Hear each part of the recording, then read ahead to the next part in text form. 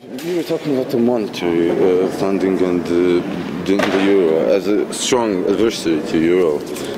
What future can you predict the currency has? The euro cannot survive as it's currently constructed.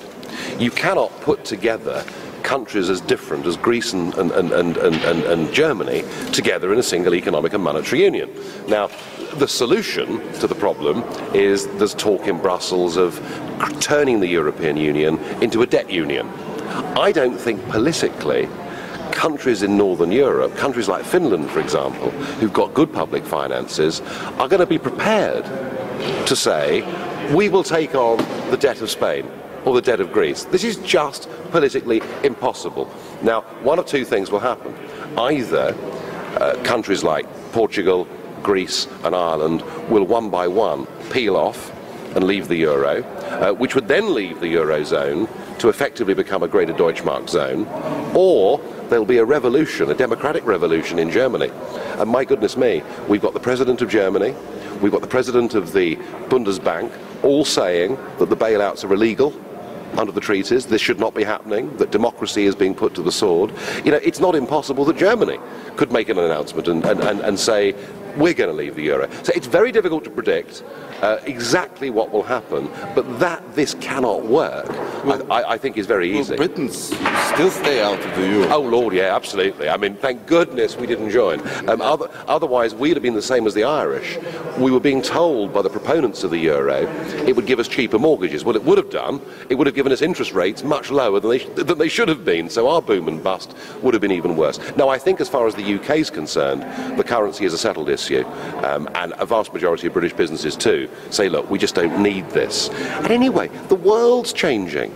You know, Europe is not the beginning, middle and end of everything. We're living in a global arena, and we've all got to start thinking more broadly than just Europe. And do you still think that Spain is next in this bad line all the way through the euro crisis? I've made predictions that have come right, so I'm not about to make one that won't come right. It's a possibility that Spain, Italy. Well, if we get to that, and we get to a country of 60 million people, you know, the fourth largest economy. Then we have a problem. Well, then we have a problem. Bailouts. I mean, bailout effects. The bailout fund at the moment is 440. Experts say actually it would need to be 4 times that size if you have to start taking on countries like Spain and Italy. So just from the top.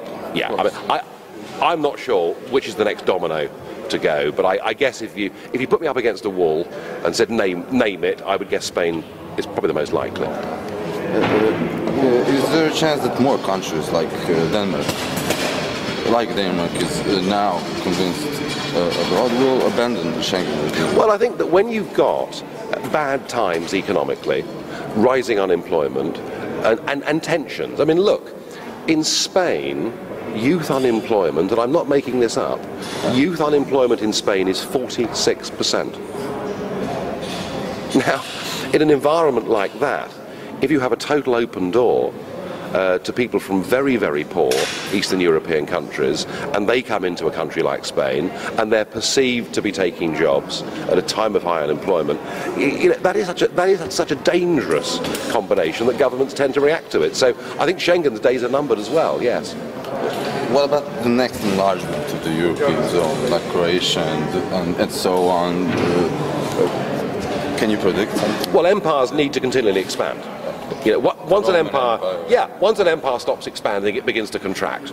And these guys have put half a century into building their European state. They don't want to give it up now, and that is why the battle for accession in Croatia is actually rather more important than people in Croatia themselves probably realise.